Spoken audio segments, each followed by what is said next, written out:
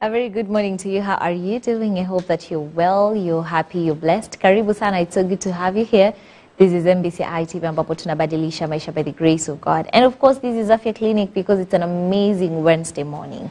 And it's the 26th of November, 2025. We have like, 4 days to the end of November. And now we'll allow you to say Merry Christmas happily without feeling like someone's judging you, you know. So karibu sana. It's so good to have you here. My name is Rachel Kahugo.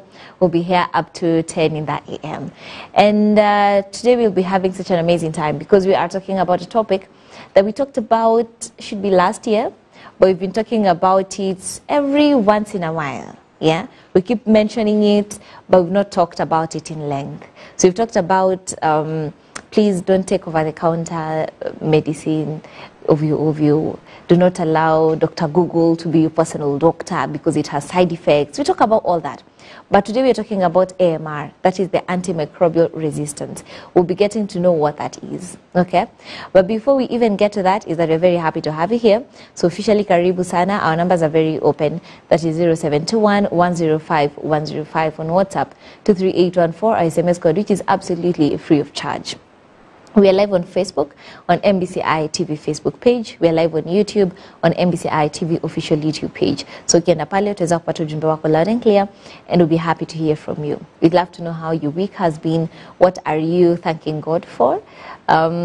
As we always say, is that there's so much that we're trusting God for, but there's even more that we're thanking God for. So share with us and tell us what is that you are thanking God for, and we'll be happy to hear from you. Now, for you to get to understand what AMR is, we've made something that will just take you through the history of antimicrobial resistance. So we're getting into the in history segment, and then we'll be getting into the discussion. Antimicrobial resistance began almost as soon as antimicrobial drugs were discovered. After Alexander Fleming identified penicillin in 1928, it entered mass production during World War II and revolutionized infection treatment. Yet by 1942, before penicillin was widely available, clinical isolate of Staphylococcus aureus had already developed resistance through the production of penicillinase enzymes. As scientists introduced new antibiotics in the 1940s to 1960s, including streptomycin, tetracycline, chloramphenicol, and erythromycin, bacteria adapted rapidly. Some resistance genes emerged naturally in soil microbes, while others developed under selective pressure, spreading through plasmids and transposons that enabled bacteria to share resistance traits across species. By the late 20th century, AMR escalated into a major global health concern. In 1961, methicillin-resistant Staphylococcus aureus MRSA was first identified, and by the 1980s, it had become a dominant hospital pathogen worldwide. Gram-negative bacteria such as E. coli, Klebsiella pneumoniae, Pseudomonas aeruginosa acquired multiple resistance mechanisms, including extended spectrum beta-lactamases, ESBLS, and efflux pumps, enabling resistance to several antibiotic classes simultaneously. Overuse of antibiotics in hospitals, community medicine, agriculture, and animal feeds intensified selective pressure. Meanwhile, pharmaceutical companies reduced investments in antibiotic development, creating a widening gap between the emerging resistance and available therapy options. In the 21st century, AMR reached crisis levels with the emergence of superbugs resistance to last resort treatments, carbapenem resistance, Enterobacteriaceae CRE, colistin resistant strains carrying the MCR1 gene, multi-drug resistance tuberculosis MDR-TB, and artemisinin resistant malaria highlighted the severity of the threat.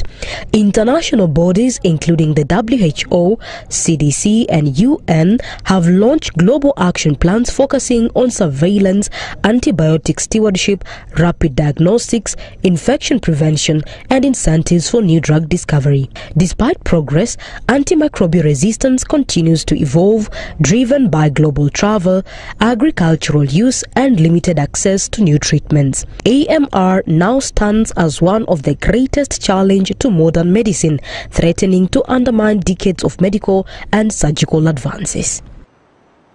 All right, so that is it about the AMR, antimicrobial resistance. And you know, most of the time we talk about it and they say, hey, yo, vitu ziko na jina refu, very mouthful. So we really don't talk about it enough. But this is when we tell you that over the counter, ikutomaliza dawa. Now I'm feeling like I'm the doctor here. So karibu sana. Today we'll be talking about AMR, and now you know what AMR is. And of course, we do not talk about this alone. And for that, we have a doctor who is here with us, and that is Dr. Lydia. Dr. Lydia Momanyi, karibu sana. Asante sana. How are you doing? Very fine, very well, and I'm happy to be here this morning. Asante sana. Yes. Perfect. It's so good to have you here today. It's your first time on Afya Clinic. Yes. So for the people who are seeing you for the very first time, please introduce yourself, say hi to them, and then you can get started. Okay. So good morning once again. My name is Dr. Lydia Momanyi. I am a pharmacist, and specifically a clinical pharmacist at the Nakuru County Referral and Teaching Hospital. I also coordinate actions for containing antimicrobial resistance in Nakuru County. Thank you very much. Perfect. Yes. Now, we talk about doctors, pharmacists, all that. Yes. But there's one question we love to ask doctors before we start our conversation. What should you say is your most memorable time in your line of duty? Or a time that just stood out? Positive, negative? Okay, let me think about, I always like going towards the positive. Okay. Oh yeah, one memory has come to my mind. A day when I was working in the outpatient clinic, and I had, in the pharmacy, and I had, we routinely encounter very many patients. Yeah. And then one day, I could not remember the lady, but she brought me a sack of potatoes. Oh, wow. Just to say thank you for, I think, something good that either myself or my colleague did.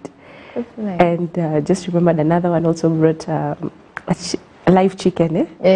So yeah, that was memorable. Yeah, yes. Yeah, that's really nice. Yes. That is how you know that you're actually touching the lives of people, yeah? Yes, exactly. Perfect. Yes, thank you. Good, so it's so good to have you here on Afya Clinic, and we love to say that on Afya Clinic what we do is talk about our health, because our health is very important. Yes. And you've talked about different kinds of diseases, how to avoid them, what are the risk factors, how to treat. But when we're talking about treating, we talk about, zingine mnatumia antibiotics, zingine mnatumia painkillers. But now today we're talking about antimicrobial resistance. Yes. But I know there are people who are hearing the word AMR for the very first time. Yes. So please tell us in layman's language, what is antimicrobial resistance? Okay, so antimicrobial resistance is basically a scenario where the organisms, the microorganisms, that is the bacteria, the viruses, the fungi, or the parasites, resident in our bodies, the ones that are causing infection. This is a situation where they are no longer responding to the medicines that we have. I'd give a very simple example, some antimalarials. If you could remember when you were very, very young, there were some antimalarials called chloroquine. And they were being used, you could see them all over, including the pharmacies, the kiosks. But right now you will never see them anywhere. This is because the malaria parasite developed mechanisms against that chloroquine, and that is why we no longer use it anymore.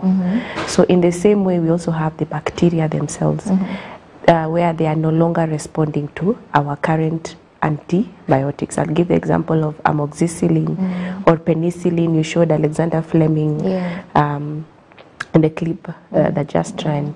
So yes, the bacteria is no longer responding or susceptible to our antibiotics. Yes. Why are we talking about AMR now? Is it that it's an emergency? I understand you even had an event. Yes. As the Nakuru Public Health. Yes. Why is it that you're talking about AMR now? So we are currently talking about AMR because it is it's a current global pandemic.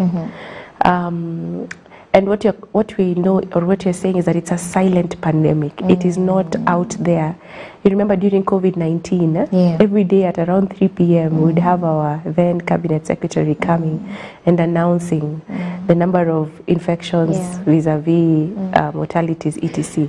Nobody is doing that when it comes to antimicrobial resistance. Nobody even, and especially in the community, people are not aware what is happening. It's those of us in the hospitals who are managing patients, who are receiving results from the lab, and we get some very shocking results where you find, so in the lab we normally do what we call microbiology cultures. We take a sample of the blood or the urine or the pus, whichever the focus of infection. We take it to the lab, we grow the organism, then we expose it to the medicines that we have. So under normal circumstances, the bacteria or the organism is normally susceptible to the first line.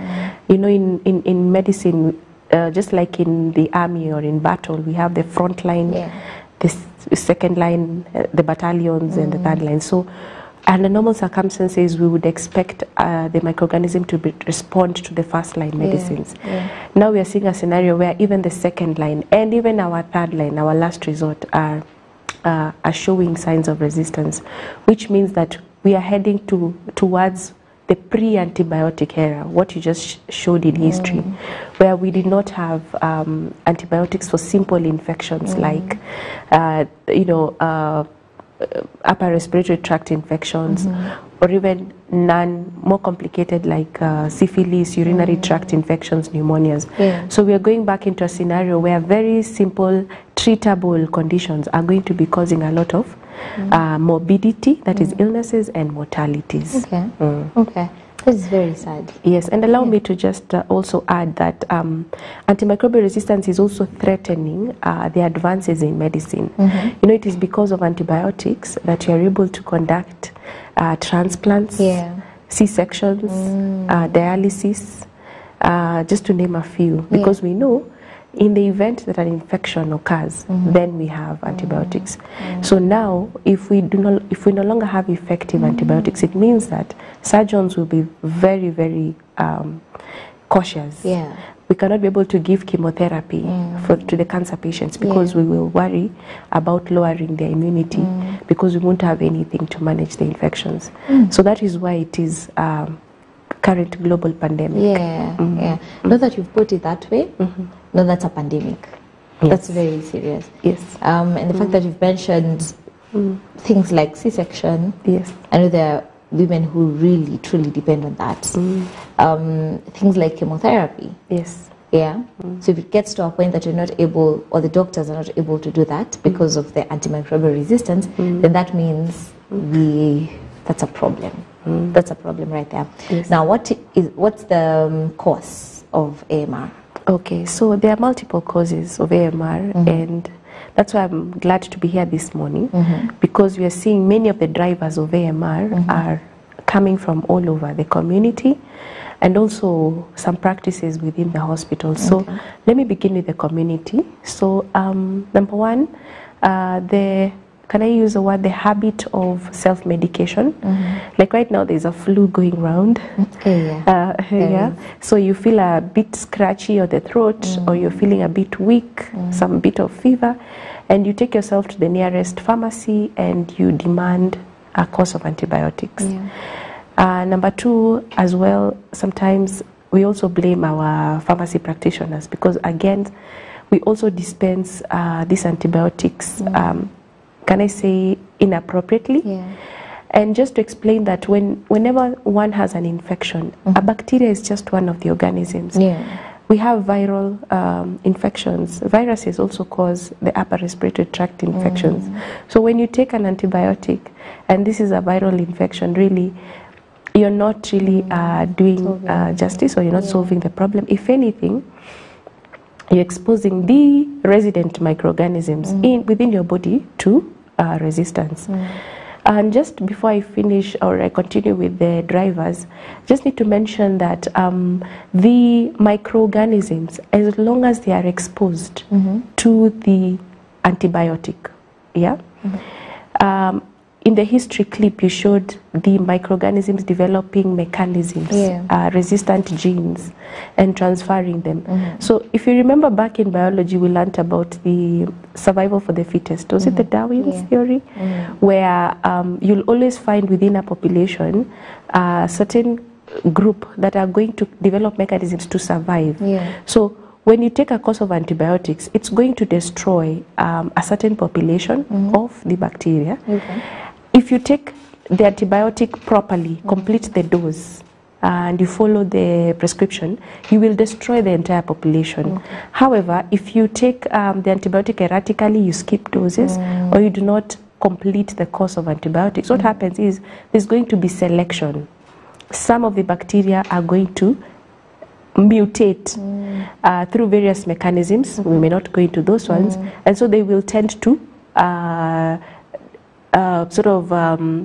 evolve to become less susceptible to the antibiotic. And the more you continue, then the organism continues to propagate. There's going to be division. It's going to be a new generation of microorganisms that are not susceptible. So what we normally say is, if you're to take an antibiotic, finish your course of antibiotic to clear the entire population and to avoid selection. Because when you just expose yourself to the antibiotic, that organism develops resistance, and it retains memory, and it remains resident in the body. And when we greet each other, when we share utensils, etc., we pass on these organisms to the next people, the next person. And that is why in the hospitals, by virtue of us dealing with infections, you'll find that it's a very ripe environment for microorganisms and also drug-resistant organisms, particularly where the antibiotics are not given properly.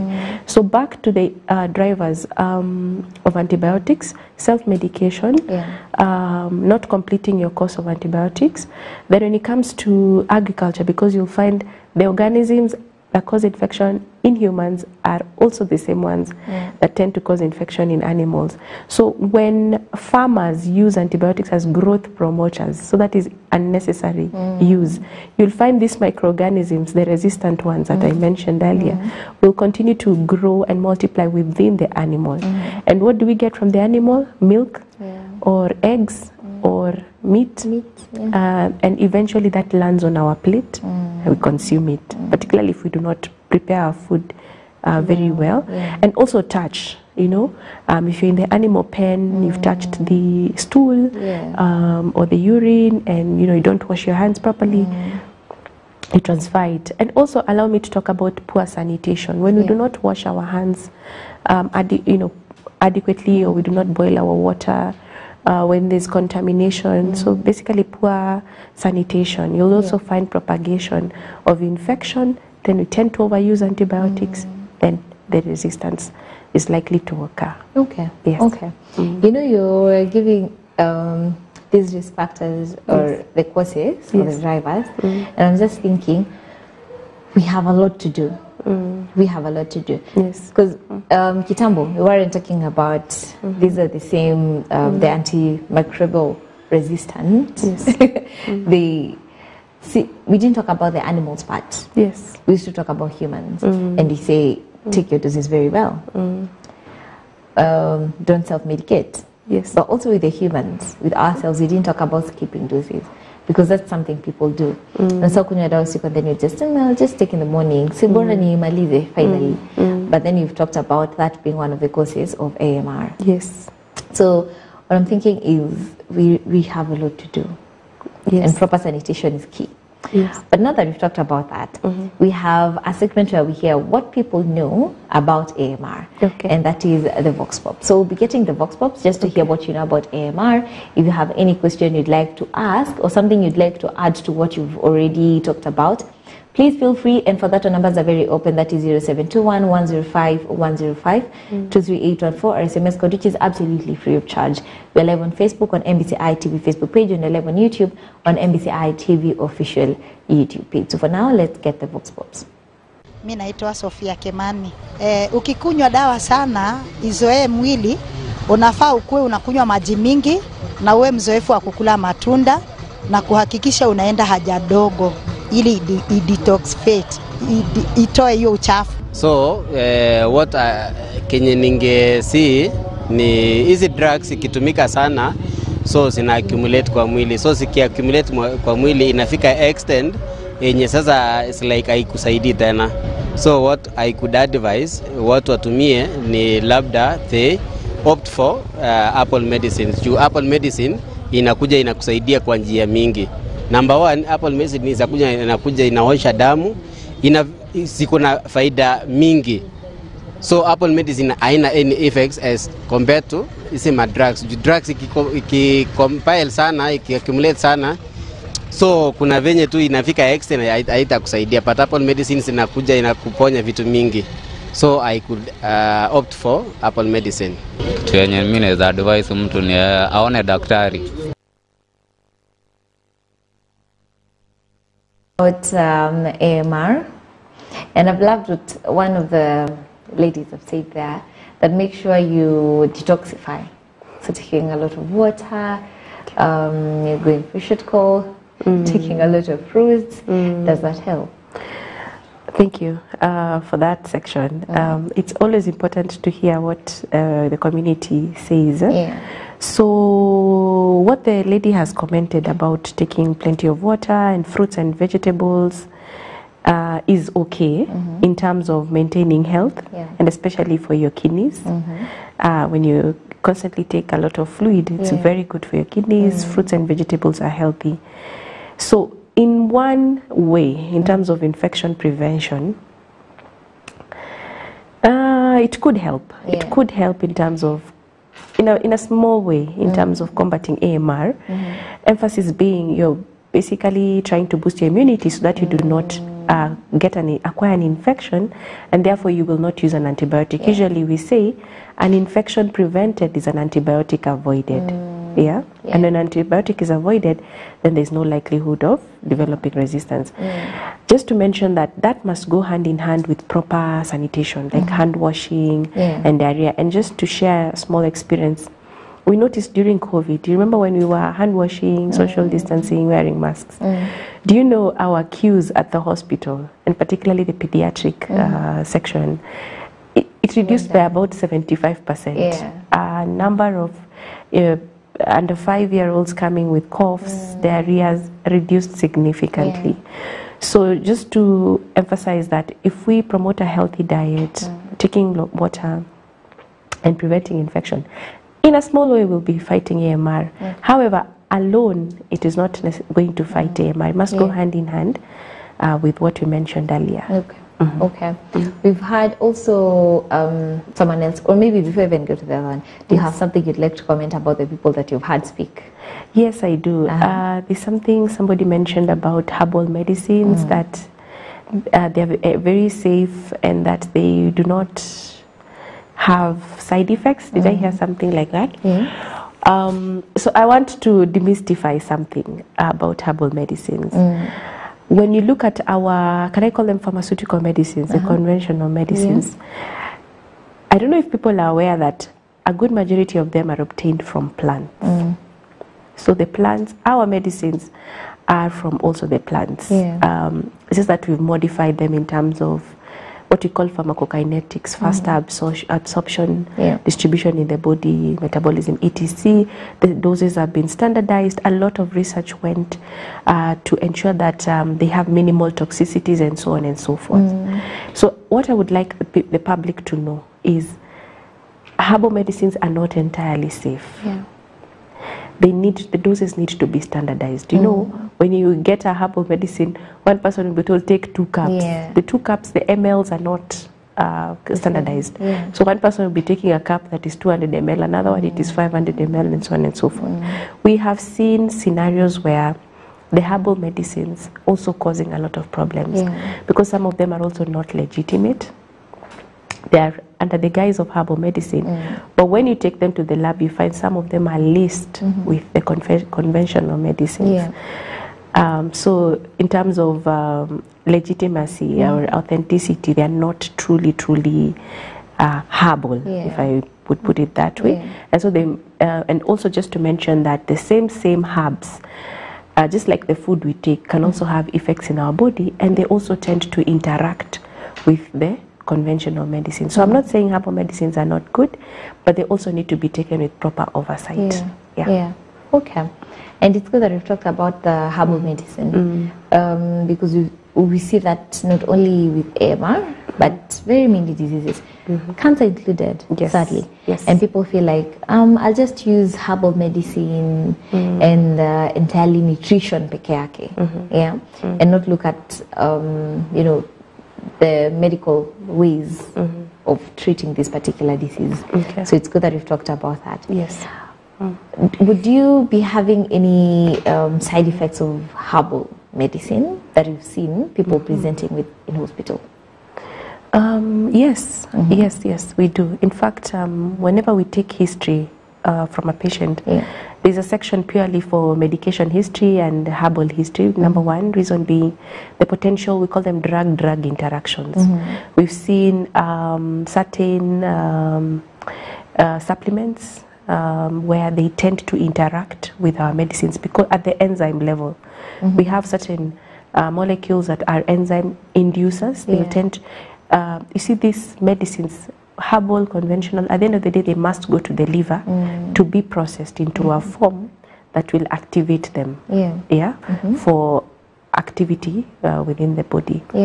So there is likelihood that either our conventional medicine or even the herbal medicine at the enzyme level can either cause it to be can trigger it to be an inducer or inhibit it, and that is likely to interfere with the levels of the other medicine. So they are likely to interact with each other. There are some of them that are toxic to the kidneys, and so they might tend to overwhelm the kidneys. Some of them might be toxic to the liver. And just allow me to talk about this issue of detoxification. And this I'd pose it as an assignment even to your viewers. Naturally, God has given us a natural mechanism. Our liver is the detoxifier. It's the, is that proper English? It's detoxifying. Exactly. It's the organ in the body that is responsible for detoxifying. It has the enzymes and all the other organelles that are responsible for basically metabolizing or changing whatever chemicals we put into our body into a form that can be excreted by the kidneys. So I see a lot of products in the market. Take this, it will cleanse your blood, it will detoxify your body. Please do not be cheated. As long as your liver is working effectively and you hydrate adequately, that is enough for the body to undergo detoxification. So the fact that you take a product and you sort of diarrhea a lot does not mean that you're cleansing your blood. It just means that your stool has become salt. Later. Yes. You know, people talk about that a lot. And we've even seen the smoothies that are used to detoxify. And not because you're talking about it already, about the smoothies. Is it okay? Is it okay for people to use that? Especially in our era where we see a lot of recipes. And some they say it's completely natural. You use raw, usually spinach or pills and all that. Is that safe for the body? So those smoothies are, of course, if they're natural, they are foods, and the different foods have different benefits in the body. So they will, like the spinach smoothie you've mentioned, they are good. They're good, especially for the GIT, in terms of maybe sort of like cleaning up. You know, the fiber is very nice. I like to think about it like, you know, when you're washing a sufuria with like the steel wire, it helps to cleanse the GI, and that's why you'll find, you know, you tend to go to the washroom easily, reduce constipation and so on and so forth. But when it comes to like now cleansing the blood, that is not accurate. So as much as the smoothies are healthy, it is not as accurate to say that they are helping to cleanse the blood. Our liver does that for us. So we just need to ensure that we are taking great care of our organs, the liver, hydrating adequately, and so on and so forth. Okay. Now, we've already started talking about the myths and misconceptions of AMR. And we started by looking at the herbal medicine. And people who say ukitumia herbal medicine uko sawa, you won't struggle with AMR. But I'd like for us to just check more myths. But before we do that, do you have any other myth that you've heard about AMR? Yes, there is another myth. The myth is wewe ume resist, like Rachel. So people tend to think antimicrobial resistance is where mimi, as an individual, I have resisted the drug. That is not correct. It is not you as an individual who has resisted the drug. It is the microorganisms that have infected you or that are resident in your body that have developed resistance. Yes, okay. yes. Interesting. Okay. All right, now let's take a look at the mythbusters. And the first myth that we see today is that only people who take antibiotics too often get AMR. Is that true?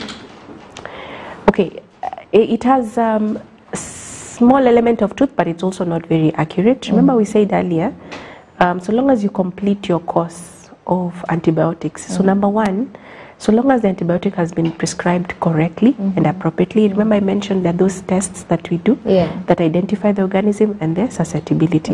So as long as the correct antibiotic has been given and the patient has taken their medication as per the prescription, they will not develop AMR.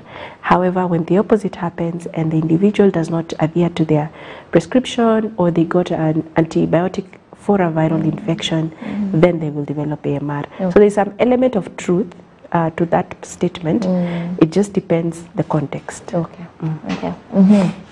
And the other is that you can stop taking antibiotics when you feel better. That is incorrect. Yes, because antibiotics are very powerful, and usually when you take the first course, more often than not, you will feel better.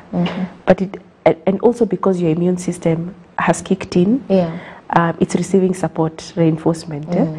However, remember what you mentioned earlier, that these organisms tend to continue multiplying. The bacteria are quite intelligent. So if you do not give them the full dose, the full missile, then you're going to have that selection. Okay. And this is very common. This is, I would say, my thoughts. Yes. Non-doctor thoughts. Yes. Is that this is what maybe causes a lot of AMR. Because you see, when people feel better, they now think, si lazima nimalize dose, you know, niko sawa sasa. And I'm saying that because I've been a victim as well. And sometimes you just think, si ni this time peke yake. Yes. Allow me to say, it's very human, myself included. It's human nature. When you feel better, you tend to forget. And also, taking medicines is not pleasure. It's not pleasure. I think there's only one person who I know. I don't know if he's watching, but my dad is very, very, very, very particular about medicines. I think he's the only person I've seen who follows prescriptions to the T. But majority of people, unfortunately because of life, we tend to forget. And especially when the prescription is like 6 hourly. Or 8 hourly, you know, there's a lot happening. How do you remember to keep tabs 6 hourly? And that's why we are doing this sensitization, given the seriousness of this challenge. And allow me to paint a picture. When you have an infection that is susceptible to the first line antibiotics, it's pretty simple.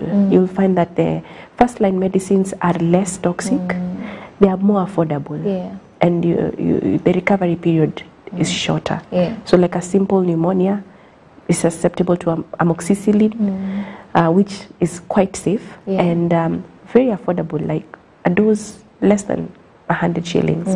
However, a drug-resistant infection, the molecules we choose are more toxic to the liver, to the kidneys, and number two, they are more expensive. I'll give an example of tuberculosis. Drug susceptible TB, the medicines are, yes, they are free, but remember somebody's paying for them. And I was looking it up, and it costs about 19,000. It's about 130 USD to treat drug susceptible TB for 6 months. But when you have multi-drug resistant TB, the treatment duration is 9 months. The medication costs about 4,500 USD. That's about 500,000 Kenya shillings. for that entire course. So you can see when the resources that are going to go into treating drug-resistant infections are more, our resources are limited. And that is why we are going and advocating for, can we have proper use of antimicrobials? Can we prevent these infections so that we can redirect these resources where they are needed more in the form of cancer, chemotherapy, better diagnostics, and so on and so forth. Okay, I hear you. All right, to the other mythbuster is that antibiotics from our previous illness will work again. Wow, that's thank you very much. So no, not necessarily. Because the infection may not be the same microorganisms. And here, allow me to use the example of a urinary tract infection. People tend to, you know, the nature of, you don't want to keep going to the pharmacy and be getting a lot of questions. So if you get a course of antibiotic that worked last time, you'll tend to leave it. Like, don't finish it. When you feel better, leave it for next time. And no. Reason being, it could be a different microorganism this time around. It could be a drug-resistant strain this time around. And it could probably even be a virus or a fungi this time around. So the antibiotics are effective for that particular infection. I also see sometimes mothers, they tend to do the same. When they get the syrups for the babies, you know, when ikibaki, inawekwa for next time or for the next child. That is incorrect. And if anything, we are risking the lives of these children because they have their entire lives ahead of them. They're likely to acquire infections throughout, even up to their adulthood, and so we are limiting their options when we do that. Yes. Okay. That's also very common. Very common. Very. Okay. The last one is that buying antibiotics without a prescription is harmless. Wow, I'm trying to think of that harmless. In what context? Is it in terms of like you'll not go to jail for it? For sure, nobody will take you to you know, will prosecute you for that. Though there are certain jurisdictions, other countries where you can never really access an antibiotic without a prescription. This is because they've understood the impact or the effect of AMR. But it is not harmless. It's actually very harmful when you get an antibiotic without a prescription. For the reasons that we've already mentioned, it could be a viral infection. You got it easily. You take one dose, you feel better, and you let it, you know, go. And so over time, it's not something that you're going to feel its effect right now. You're going to feel its effect years from now, when the same molecule is not effective anymore. Okay. So what are the signs that you're already having AMR? So at an individual level, you will not know. However, there are some small, subtle signs where I'll give an example of azithromycin. This drug became famous due to COVID, and also because it's a single dose, once a day, 3 days. So azithromycin is a powerful antibiotic, quite effective. But now, because of, you know, in our setting, you're able to walk into a pharmacy and you ask for it. It is affordable, and so on and so forth. You will notice that over time, once again, remember, I'm being very, very cautious here, because you'll find this azithromycin is commonly used for viral infections. Because many times when you're getting the upper respiratory tract infections, you can say about 60% of the time it's a virus. And then we have what you call secondary bacterial infection, where because now your immunity is busy containing the virus, there's some element of the bacteria taking advantage and also causing what you call the secondary bacterial infection. So when you take the azithromycin, it will work. You will feel some form of relief. But remember, you have not really targeted the true cause of the organism, of the infection. And then there's the issue of selection and you know, the rotation and all that. So you'll notice that over time, over the years, when you continue taking this azithromycin, it will not be as effective as initial times. So at the individual, at the community level, it's very subtle. Even for the farmers, they'll notice certain changes. Yeah. The first time they introduced the antibiotic, probably the animal responded very well, or the plant responded very well. But the subsequent times, as they continued to use it, the response is not as good. Yeah. Now, for us in hospitals, how we are able to tell that there is AMR, number one, we notice that infections are becoming very difficult to treat. There's a very common antibiotic called ceftriaxone that we use a lot in the hospital. Yeah. Back in the day when it was first being used, it used to be very effective for management of pneumonias and meningitis, etc. But currently where we stand, we are seeing it's no longer as effective. We find the patients staying longer in the hospital and they are not improving as quickly or as significantly as you expect them to. They don't peak as fast as you expect them to, so they tend to get sicker for long. They tend to stay longer in the hospitals.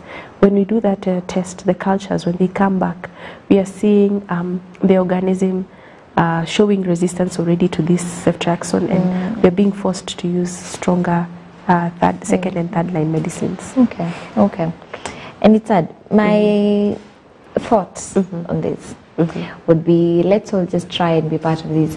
You mentioned about, you know, from the animals.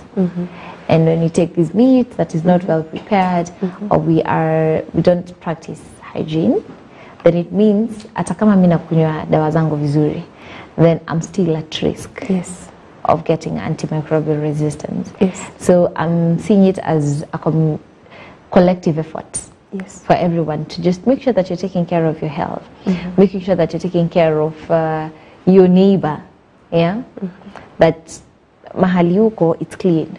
Before you cook, you've washed very well, you meat, you cook it very well, you know, because AMR, as you said, it's an emergency now. Yeah, it's an emergency now. Just chime in there. So also let's be careful our source, where we source our products from. Okay.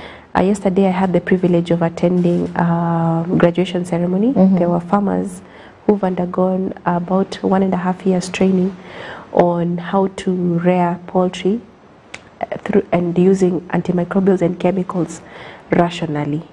So it's more of we can call it like organic farming, where the chicken that they are releasing into the market have not been exposed to these antimicrobials.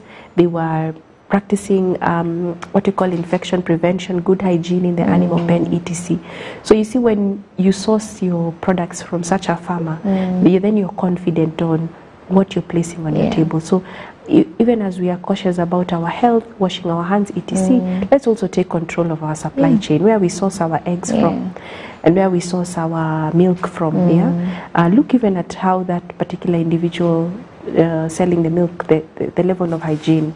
Also allow me to mention something I had not mentioned earlier. AMR is also a danger in the environment. We can also acquire AMR from our environment. How we dispose our antibiotics is also very important. We could do all this that we are saying, yet the antibiotic that has remained, we throw it in the dustbin, or we throw it in the pit latrine, or we drain it down the sink.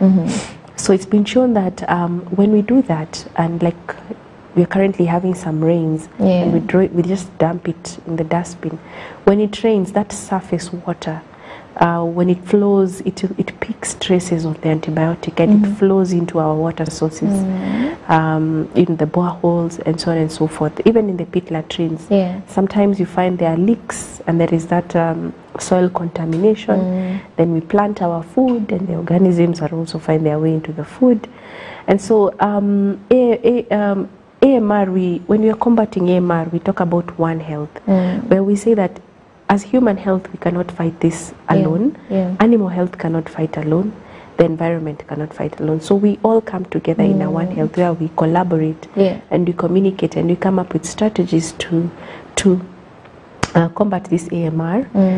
Where there's when we advocate for prudent use of antimicrobials in the hospital, let there also be prudent use in the farm, and let there also be proper disposal of this. Oh, okay. Yes. Okay, that's very interesting. We'll talk more about that. But for now, let's take a very short break. We are talking today about AMR on Afya Clinic. And of course, this is MBCI TV, ambapo tunabadilisha maisha by the grace of God. So we take a very short break. We'll be coming right back. Usiende mbali.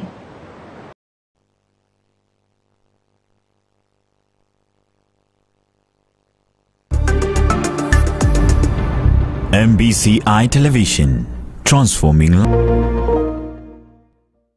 Nakuru County.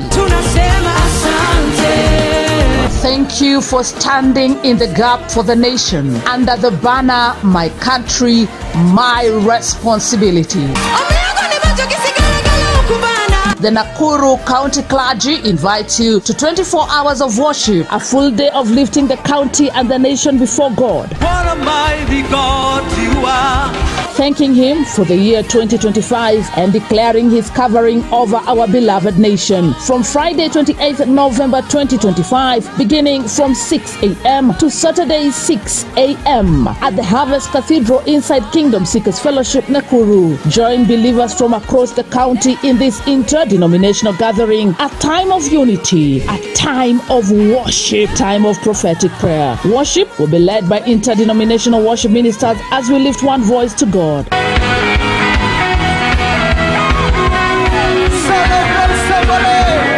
This is your moment. This is your responsibility. This is our nation. Don't miss 24 hours of worship and prayer on Friday 28th November at the Harvest Cathedral, Nakuru. An interdenominational worship experience, free and open to all. Transform your sanctuary with high-quality church chairs designed to bring comfort, beauty, durability, dignity, and elegance to the house of worship. Eshkol Furniture Solutions presents a church chair with a strong frame, crafted from pure virgin metal for exceptional strength and durability, and coated using high-pressure, high-temperature painting technology to resist scratches, giving the chair a shiny, long-lasting look. This elegant and comfortable chair design comes cushioned with high-density foam, guaranteeing the comfort of every believer during church programs. Available in a wide range of colors to complement your church theme, with the option of embroidered logo for a distinguished touch of identity and elegant look. Replaceable seat covers are also available on order. The chair is built with practical functionality in mind, as it comes with an option for under-seat rack, perfect for holding Bibles, hymn books, or personal items. Its studded size saves space and allows for easy stacking, with protective plastic pads to prevent clutching. It's simple to arrange and offers flexibility for any church setup. Upgrade your sanctuary today with these premium church chairs. Prioritize the comfort of believers, beautify the sanctuary, and restore dignity of the house of the Lord. Order today on 0757 444 333 or email us at eshkolfurniture@gmail.com. Eshkol Furniture Solutions. Passion for excellence.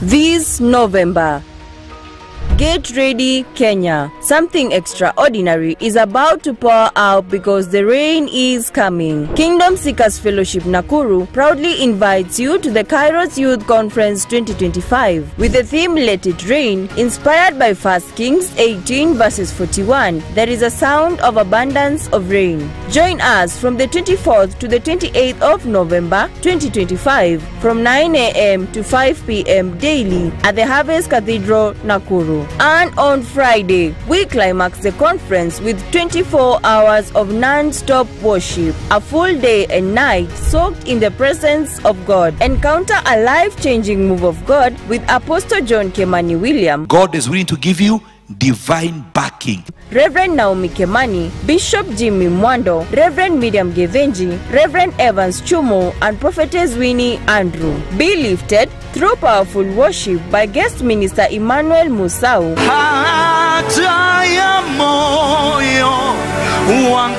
Alongside Faith Kimunya, Lord, I give you all the glory, honor, adoration. Andy Mabinda, and Caroline Junge. That I am for 4 days of fire, 7 hours of prayer daily, revival, and refreshing in the presence of God. This is your moment, your Kairos moment. There is free accommodation available for all attendees. All boarders are kindly asked to carry their own beddings and register through the link provided. Don't miss the Kairos Youth Conference 2025. See you at the Harvest Cathedral, Nakuru. This November, a new sound is rising. The atmosphere is shifting. May the Lord give you a new song in your lives in Jesus' name. The Peniel Interdenominational Conference, in conjunction with Kirinyaga County Gospel Ministers, warmly welcomes you to Peak Season 3. Theme: Faith That Moves Mountains. Dates: 28th, 29th, and 30th November 2025. Venue: Kirinyaga County, inside Kerogoya Stadium. Host: Apostle Mike and Pastor Joyce Njoro. What is it that you want to give continuity about? Jesus is a platform through which we get a way to access the spiritual realm. Guest worship ministers: Godwill Babete,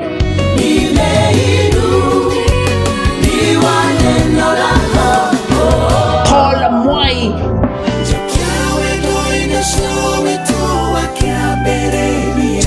and the Monenes. 3 power-packed days of worship, impartation, prayer, and the undeniable move of God. See you at the Kerogoya Stadium on the 28th, 29th, and 30th of November 2025. Mark your calendar. See you there.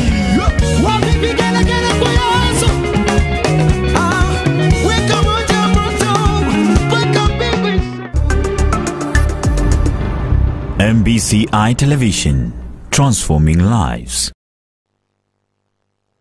Yeah, so we're back. Thank you so much for staying. We've just come from a very short break, and we're here with Dr. Lydia. Thank you so much for being here.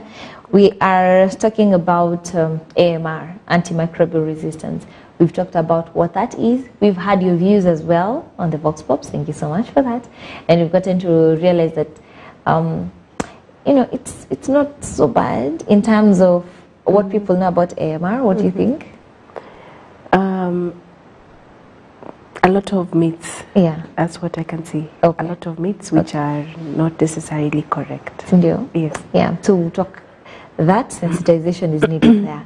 But today we're talking about AMR. So if you have any question around that, please feel free to ask.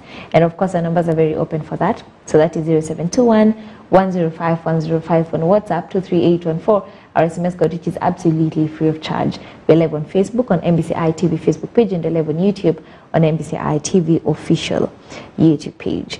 Now, you mentioned about something that's very important on how to dispose the medicine in general, not only the antibiotics. Yes. But dawa ikibaki, how are you supposed to dispose it? Yes, thank you. Thank you very much.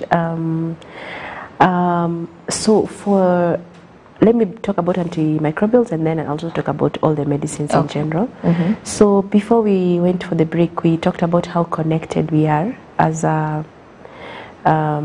humans, the animals, the plants, and the environment. So when we are disposing the antimicrobials, remember the bacteria, they are everywhere. So you do not want them to be exposed to these antibiotics unnecessarily. That's why we're saying, even when you're disposing, let's avoid this methods that will allow the surface runoff or the contamination. So ideally, when we have antibiotics remaining at home, we need to collect them together somewhere. And then there's what we call the take back mechanism, where we take them back either to where the pharmacy we bought them from, or the hospital, the facility where we got them from. Unfortunately, we do not have such a efficient, can I say, system yet in our country. Or let me talk about Nakuru County, not yet, because it is something that we are working on to ensure that we have that take back mechanism, where number one, in the community level, we can segregate the pharmaceuticals, the medicines themselves, and then they can be taken back to the pharmacies or the hospitals where they can safely be disposed. So somebody may be wondering, how do you safely then dispose at the hospital? So what we do is we incinerate. We collect, we have the chambers, the incinerators, that are able to achieve very high temperatures, as high as 1,200 degrees and above, where they are fully able to combust these chemicals in such and release them into the environment in a way that is safe to the environment. Remember, the fumes are also very toxic to the ozone layer and all that. So that means that at home we cannot take it upon ourselves to say, let me burn these leftovers, because when we burn them, many a times we will not achieve those temperatures, and so we'll not really have solved anything. We will be releasing toxic fumes into the environment, and some granules tutapata zitakuwa zimechomeka kabisa. Okay. That's interesting. I hope and pray that we'll get there as Nakuru. Oh yes. Because I can only imagine how much, like the amount of, medicine in general that we dispose, and we dispose them in all the wrong ways. Yes. When I dispose vizuri, now I'm thinking to myself, it's also the wrong way of disposing them. Yes. So I really pray that we'll get to that place as Nakuru County. Now, in general, how does AMR affect the health sector, not only in Nakuru, but in Kenya as well? Yes. So here we'll talk about the impact of AMR. We already talked about it at the individual level, where the infections become difficult to treat. You tend to stay longer in hospital, and it is more expensive to use the second and third line medicines. And we've also seen increased mortalities due to AMR. In fact, data is showing that AMR is emerging as a leading cause of mortalities globally. In fact, it is superseding the HIV, the malaria, the Ebolas, among others. Something you need to notice that AMR cuts across all the infections that we have. So where you have malaria, where you have HIV, you have to think of AMR. Where you have COVID-19, you have to think of AMR. And so when you look at data, it is said that by the year 2050, AMR will be responsible directly, if we do not do anything, for about 10 million deaths globally. Right now, AMR is associated with about 1.2 million deaths as of 2021 globally. And the greatest burden is borne in the sub-Saharan region, or the low and middle income countries, our sub-Saharan region being among them.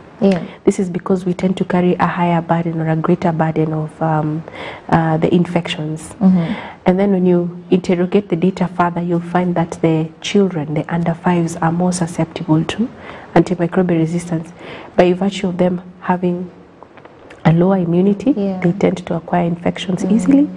And depending on the practices, they tend to develop AMR. And I'll just give an example. Even in our hospital, we are seeing among the neonates in the NBU, we are having sometimes the babies acquiring drug-resistant infections, which are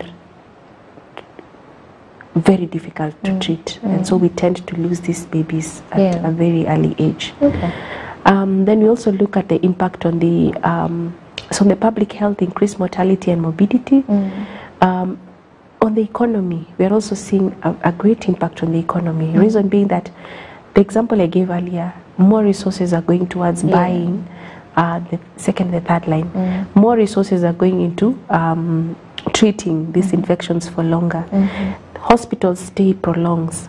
Many people are day earners or wage earners, so which means they'll miss out on earning a coin. The farmer, by their animals or their plants acquiring drug-resistant infections, their productivity reduces significantly. They rely on the farm produce.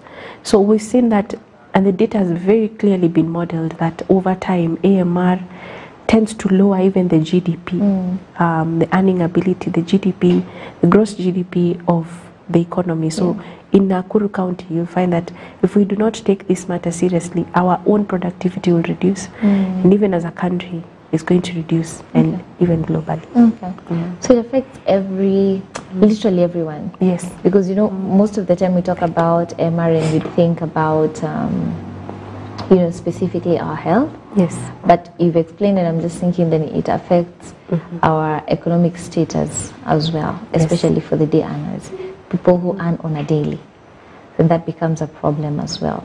Yeah. So, and 1.2 million is a huge number as of 2021. Yes. And you're talking about 2025 now. Exactly. So that's more than 1.2 million deaths globally. Yes. Yeah. Per year?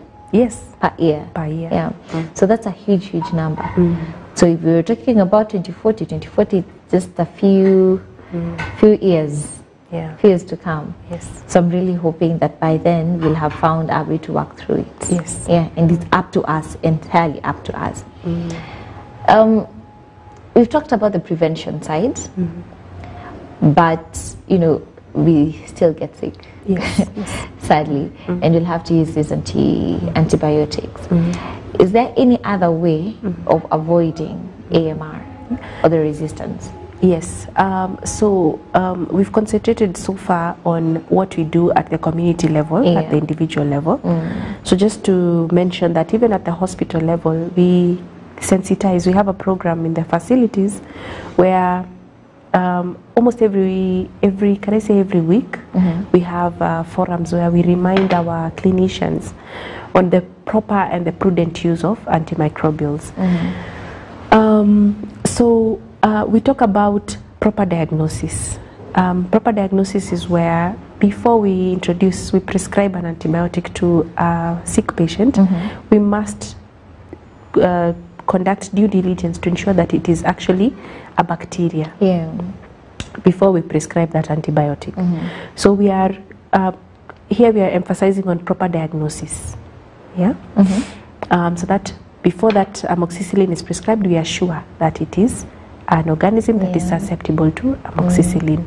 And then even as the patient is on the amoxicillin, we do regular reviews to ensure that they are still, can I say there's clinical improvement, they are responding to treatment, so that we can capture it in good time.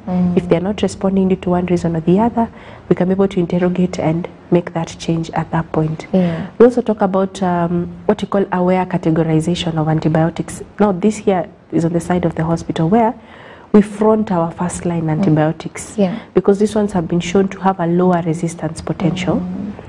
And so for that reason we can use them, can I say, empirically.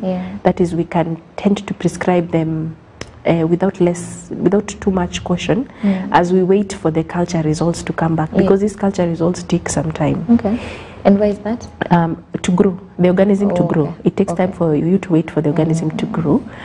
And when we are using the antimicrobials in the hospital, we use the traffic lights analogy. You know, the traffic lights, you have red, green, red, amber, and green. So green is access, the first line antibiotics. So we say you have a green light. As long as you've examined the patient clinically and you're confident this is an infection, as we are waiting, you take a sample before you begin the antibiotic.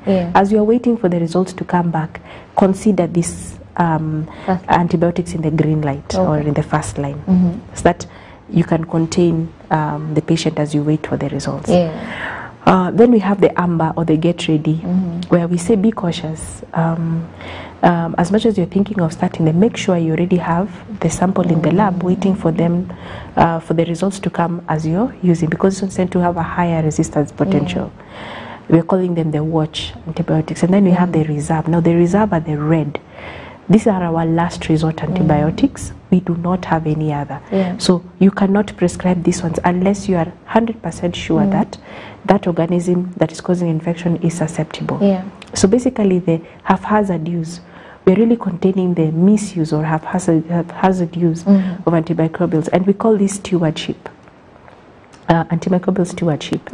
And why are we doing this? This is because, as the clip showed during the history section, the pipeline, we call it the pipeline for antibiotics, new antibiotics dried up.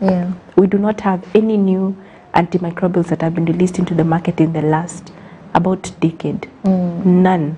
All the antimicrobials you're using today are the same ones that were discovered by Alexander Fleming, going into the 50s, the 60s, up to 2000. This is because of the return on investment. Many pharmaceutical companies do not have incentive to go and spend millions of dollars into research, then to develop a molecule that develops resistance in a matter of a few years.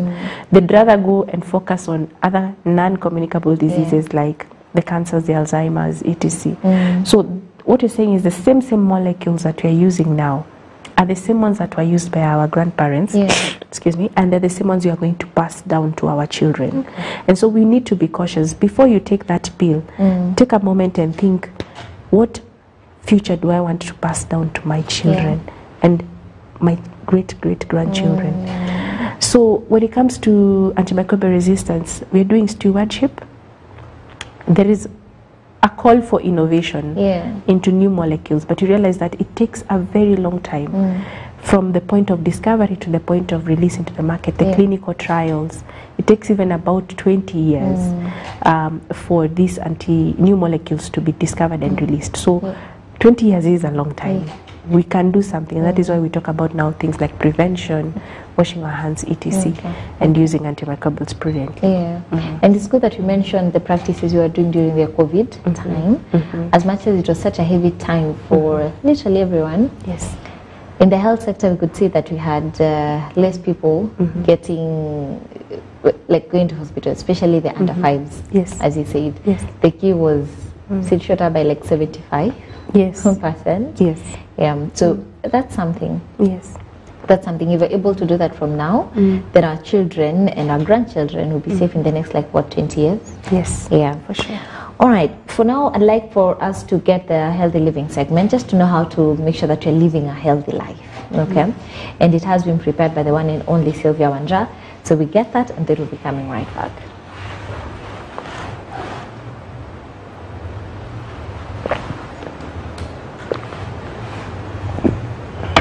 All right, so we'll be getting the healthy living segment, rather, in a very short while. But before that, maybe let's just look at something. Now, the questions that are coming in already, so we can just answer like 2 and then we'll be getting into the segment, Okay. And I say, hello, Rachel Endo. My husband has for a long period of time been on drugs. I fear for his health. He's he's always sickly. He has headaches, stomach aches, and back pains. What do I do? So what has come to my mind is which specific drugs is your husband on? Yes, I know today we're talking about antimicrobial resistance, but there are so many other medicines that the patient could have been on. You've mentioned the back pains. Sickly, he's having headaches, stomach aches, and back pains. Okay. So number one, are these symptoms arising from the patient using the drugs a lot, or is it because they've not yet been properly diagnosed, so they are constantly using different medicines to manage those symptoms? You realize that in medicine we prefer to address the root cause of the problem rather than the symptoms, because the symptomatic method leads to overuse and misuse of medicines. So I would advise, number one, for this patient to be taken to a physician and for proper diagnostics to be conducted, so that the root cause of the problem is identified, and then they are given the right medication. And also just to mention that we have certain medicines that tend to also so at this point I do not have all the information, but there are medicines that tend to lower the immunity of our patients. As a side effect? Yes. Yes, they tend to lower. So they are immunosuppressants. They work to suppress the immunity because sometimes in our bodies, sometimes, and here I'm being very cautious, I'm treading cautiously, sometimes our immune system tends to overwork, like in what we call the autoimmune conditions. Sometimes we give certain medicines to sort of calm down our immunity to sort of manage that condition. So they may tend to sort of make the patient tend to worsen, but they do not necessarily cause the headache or the stomach pain. So please take the patient to the right clinician for proper diagnosis and proper medication. Okay. Yes. Okay. I hear you. I see she's giving us more information. We'll be reading more about that, but for now, let's get the healthy living segment. Okay. Hello and welcome to Healthy Living. My name is Sylvia Wanjaw. Today we're going to discuss all about antimicrobial resistance, that is AMR, which occurs when microorganisms such as bacteria, viruses, fungi and parasites evolve to resist the effects of medications designed to kill them, making infections harder to treat. Preventing AMR requires a coordinated effort among individuals, healthcare providers and governments. Below are key strategies for AMR prevention. Number 1. Use antibiotics and other antimicrobials responsibly. Only use when prescribed. Take antibiotics or other antimicrobials only when prescribed by a qualified healthcare professional. Complete the prescribed course. Always finish the full course of treatment, even if you start feeling better, to ensure all the pathogens are eliminated. Number 2. Practice good hygiene to prevent infections. Wash hands regularly. Use soap and water or hand sanitizer to reduce the spread of infections. Clean and disinfect surfaces. Keep frequently touched surfaces clean, especially in communal areas. Number 3. Stay up to date on vaccinations. Vaccines prevent infections that might otherwise require antibiotic treatment, thereby reducing the opportunity for resistance to develop. Ensure all recommended vaccinations are up to date for yourself and your family. Number 4. Monitor and report resistance. Encourage surveillance. Government and healthcare institutions should monitor trends in antimicrobial resistance. Report cases. Healthcare workers should report cases of resistant infections to public health authorities for action. Number 5. Promote awareness and education. Educate communities. Spread awareness about the dangers of AMR and the importance of using antimicrobials responsibly. Train healthcare workers and equip healthcare providers with knowledge about proper prescribing practices and infection prevention measures. Preventing antimicrobial resistance requires a combination of responsible medication use, infection prevention, public awareness, and global cooperation. By taking individual and collective action, we can help preserve the effectiveness of existing treatments and protect global health. Perfect. So one of my most favorite times when we are going through this segment is when I see a doctor nodding and saying, probably thinking to themselves that I agree. Yes, I agree. Absolutely doing that. What would you like to highlight on what you've just said? Sure. What I really agreed or was nodding about is, in the fight against AMR, we have what we call our strategic objectives. We have these strategic objectives were developed by the WHO, and at the same time, as a country, we have our national action plan for the prevention and containment of antimicrobial resistance. So the clip highlighted those strategic objectives. The first one is promoting awareness, what you're doing this morning. The second one is prevention, infection prevention.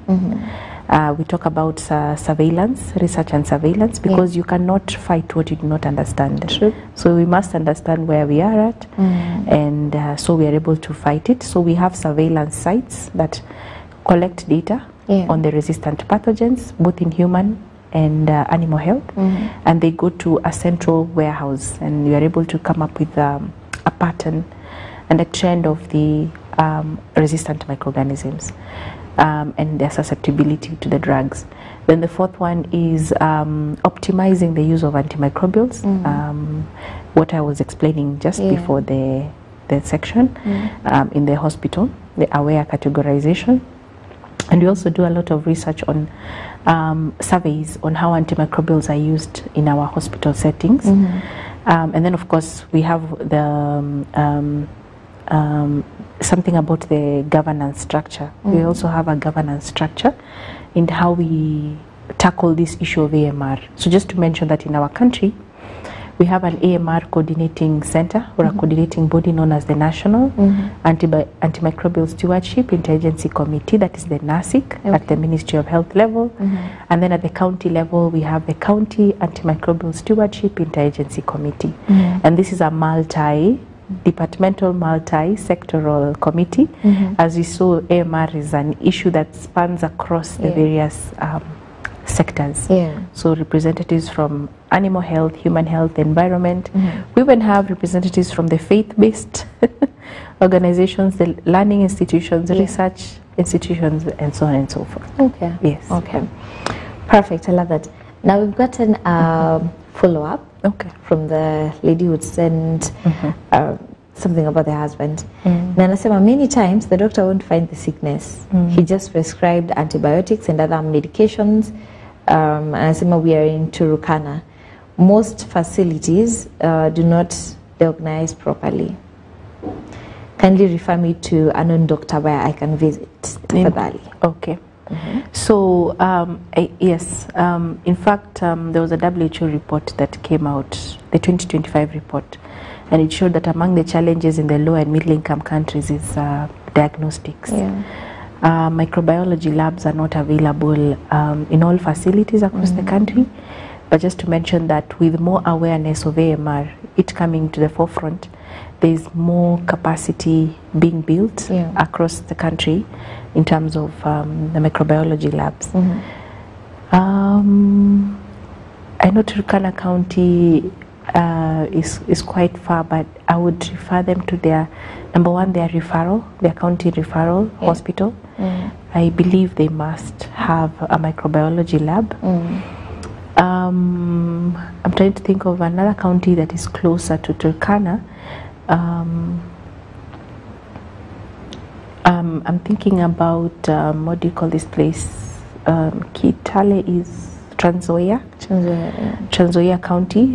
They have their county referrals facility, which I know because I have colleagues who are also coordinating AMR there. They are likely to refer them to a facility or the Trans Nzoia County referral itself, where if it is truly an infection, then they can get a sample taken and they can be prescribed the right antimicrobials. So we are also doing a lot to train our health workers. This is because AMR, a few years back, it was not a big, I cannot say it was a very big issue. And so when you look at the pre-service training, it does not contain a lot on AMR, but currently, among the efforts that are being put in place is inculcating knowledge on antimicrobial resistance and antimicrobial stewardship in the pre-service training. So that when they are graduating, the various health workers, they're already coming into the market knowing how to handle antimicrobials prudently. So we are still on that journey of it, also empowering our prescribers. Okay, I hear you. Now, is it possible to reverse AMR? That's a very important question, and the answer is yes. That's good news. Yes, thankfully. And what studies have shown is when you remember we talked about the bacteria themselves mutating and developing the mechanisms against the antibiotic. So studies have shown that population, if it's no longer exposed to that antibiotic, over time, of course, it's going to tend to sort of, number one, the population will be cleared by the body's natural immune system, and number two, they tend to forget. Though they retain memory for some time, then they tend to forget. But this takes years. This takes years. In fact, I happened to be in a forum where they were saying a minimum of about 1 year. Minimum of 1 year, which means it could be longer. And what we have also observed is whenever we remove a certain antibiotic from use in practice in the hospitals, with time, over years, we tend to start seeing susceptibilities. It's because that organism, that population tends to be cleared, and of course, there's also that memory being forgotten. I'll use an example of this particular antibiotic called nitrofurantoin. It was really misused a while back in the management of urinary tract infections, and we tend to remove it. We sort of removed it. And how do we remove it? Change of guidelines. You know, in healthcare we do things in a systematic way. We rely on guidelines. So our guidelines were changed and we were not using as much of the nitrofurantoin. So over time, because we are constantly doing surveillance, we started seeing over the years now the microorganisms, the bacteria showing susceptibility to that particular drug. And now the guidelines again started introducing introducing the antibiotic into practice. So that is what we are doing, and it is actually through surveillance that we are able to identify these trends or these patterns, and we are able to return or reintroduce these antibiotics into the system. So yes, there is good news. It is reversible. That is really good news. Yes. Because you know, unlike some of the diseases that we say, once there's a permanent damage, say of the kidney or the liver, that's it. So what you do is manage. We've had some issues where you hear people saying that, or doctors rather saying that once there's a damage there, say damage like the lungs, that's it. So what you can do is manage. But for these, if there's a reversing at a come in, take a longer time, then that means there's good news there. Yes, good news, but let's also be clear that this is at a public health level. At a public health level. At an individual level, it depends also on the strain of microorganism that they have acquired. For it to be reversed at that individual level, it will depend on, number one, was that initial infection, was it cleared, was it treated adequately? But now at an individual level, if they have acquired a drug-resistant infection at a specific point in time, thank God if we find a drug that is susceptible, that is effective, that is okay too. But if there is absolutely no drug that is going to work, we cannot reverse it at that point. No. So just to emphasize that if somebody has acquired a drug-resistant infection and we do not have an option for them, there's absolutely nothing we can do. Okay, I hear you. Now for the conversation that we've had today, what would be your parting shot? What would you like to tell the public? Thank you so much. After all is said and done, let's take our own health. Let's take control of our own health. We've talked about prudently using our antibiotics when they are prescribed. We avoid self-medicating or self-medication.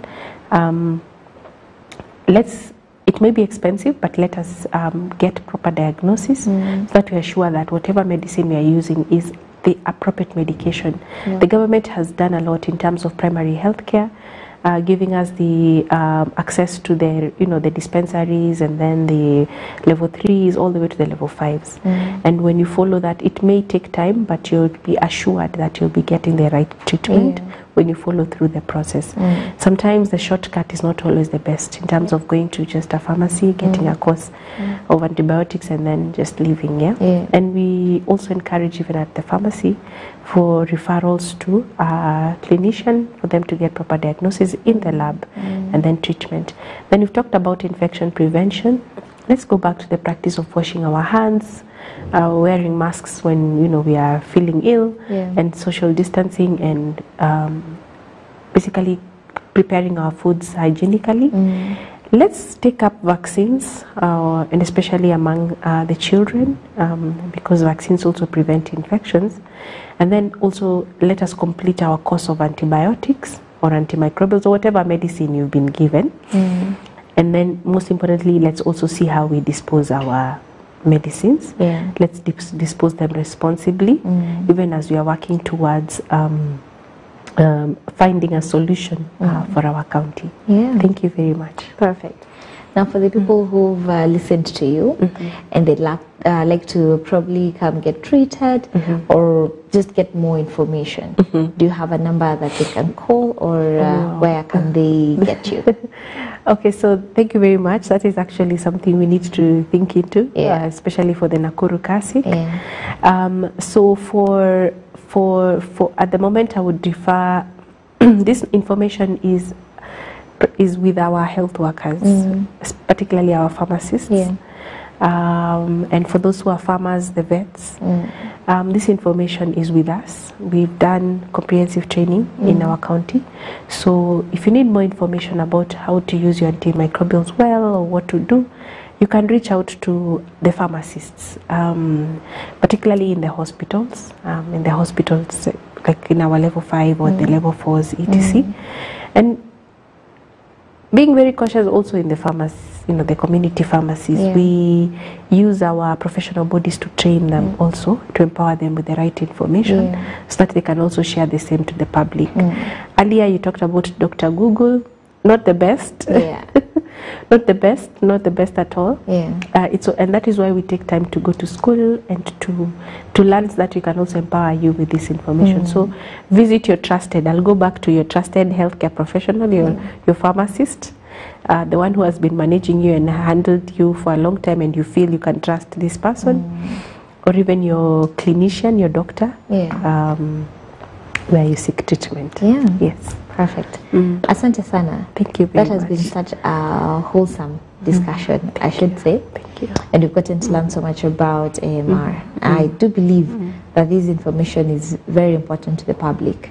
And, for sensitization, what you've gotten today, please make sure that you share with other people so that they get to learn. Also share the link with the public, your neighbors, your friends, your family, so that they get to learn about AMR, so that we can save the generation that is coming, that is our kids and the kids, grandkids. Me saying that and I'm thinking, my goodness, may God keep us. So make sure that you share the link. This is for us and for our children and the children of our children. Okay? So thank you so much for that. That has been super Thank you so much. Yeah. So glad to be here this morning. All right. So today we've had Dr. Lydia, and she's been talking about AMR. Now, at this juncture, I'd love for us to get the Did You Know segment. So the Did You Know segment allows us to just jiggle our minds a little bit. And after that, I will be introducing a segment that is very important of the topic kidogo from what we're talking about today, but it's going to be very important. And the Did You Know segment today, did you know that your stomach gets a new lining every 3 to 4 days to avoid digesting itself? Doc, what would you say? Yeah, that is true, and that is the role of, we have some enzymes, we call them housekeeping enzymes in the GIT, because the stomach, the hydrochloric acid, the pH is very low. So those are some protective mechanisms that the stomach does just to ensure that it does not digest itself. And while we are there, we encourage people to avoid misusing the NSAIDs, the painkillers, the Brufens and the diclofenac, because when they do, then they tend to interfere with this ability of the GI to protect itself. So they get ulcers. Okay. Interesting. So we get to learn each and every other day. So that is it. Now, lately we've had so many conversations around gender-based violence, that is GBV. And we'll be having very soon a discussion around GBV. So I'd like for you to just research more on GBV, just to know what this is, what that looks like, how to protect yourself from these, how to make sure that you are not a victim of GBV. And just to be clear, and I know that we'll be getting it from the segment that I'll be introducing later, is that as much as we talk about GBV, gender-based violence, and look at girls and women, it's mostly common to girls and women, but we still have men who are victims of gender-based violence. So while you're talking about this, it's to also remove the stigma and to make sure that if you are a victim of gender-based violence, you should feel safe to confide in someone. We have helplines, numbers that you can call if you are a victim. So there is help. It doesn't mean that you're out there just because, the stigma around the issue of GBV. So we'll be getting this segment that will just help us understand something about gender-based violence, and then tutakuwa tukimalizia hapo. But thank you so much for tuning in today. It has been such an amazing conversation. My name is Kahogo Rachel. I'll be seeing you on this particular show next week, where we'll be having an amazing conversation. Now, Remember that you're continuing with the youth conference right here at Kingdom Seekers Fellowship, so do not miss out. We'll be having our lunch hours from 12:30 to 2:30, and of course, we'll be having a nice time. So if you're a young person around Nakuru or outside Nakuru, please make sure you come to Kingdom Seekers Fellowship at Nakuru. We'll be having an amazing time in the presence of God, dancing, worshiping, feeding the Word of God. It's going to be amazing, so do not miss out. God bless you. God be with you. We have the conference. In fact, it's ongoing now. As you can see on your screens, is that we have our conference ongoing already. So if you're around, please make sure ukuje so that you'll also get blessed. Okay? So God bless you. God be with you. Do have an amazing, amazing, amazing rest of the day. As of now, I'd like for us to get that segment of gender-based violence. Once again, my name is Kahogu Rachel. This has been Afya Clinic on MBCI TV. Bye-bye. Gender-based violence has become a national disaster in this nation, and therefore it needs to be dealt with as a national disaster. Gender-based violence, or GBV, is a serious issue affecting many lives in our communities. It refers to any harmful act directed at a person because of their gender. While women and girls are the most affected, men and boys can also experience GBV. GBV takes many forms. It can be physical violence like hitting or beating, sexual violence including assault or harassment, emotional abuse that breaks a person's spirits, and economic violence where someone controls another's money or resources. This violence happens at home, at work, in school, and in public spaces. Sadly, many cases of GBV go unreported. There is defilement, there is rape, women are battered. Those are the cases we handle at the gender desk. There was this case, a lady police officer who was being sexually harassed by a senior officer. Most officers, they may not come out openly to report that have been assaulted or have been sexually harassed. There is that fear that maybe it will affect your workstation, it will affect the relationship. Survivors often face stigma or fear that they won't get justice, but the impact of GBV is real and far-reaching. It causes physical injuries, trauma, mental health challenges like anxiety and depression, and affects the ability of survivors to live full and productive lives. Here in Kenya, we have laws designed to protect survivors. These include Sexual Offences Act and the Protection Against Domestic Violence Act. There are also organizations providing critical support like counseling, legal help, and safe shelters. Hiyo wakati kulikuwa na lockdown na curfew ndo alikuwa na take advantage. Ndio alikuwa anajua kuna mahali naweza enda. Wenye niliona ananichapa vibaya na nikitu alikuwa amezoea kunichapa ovyo ovyo. Hiyo siku nikaona ataniumiza, najua ananichapa akisema ataniua, siku moja ataniua. Prevention is key. Each one of us has a role to play. Speak out when you see violence, support survivors with empathy, and challenge harmful cultural attitudes that excuse or normalize violence. By educating ourselves and our communities about respect and equality, we can create safer spaces for everyone. So remember, GBV is not just a private problem. It affects families and whole communities. But together, we can stand against GBV and support those who need help. If you or someone you know needs assistance, don't hesitate to seek help because your safety and dignity matters.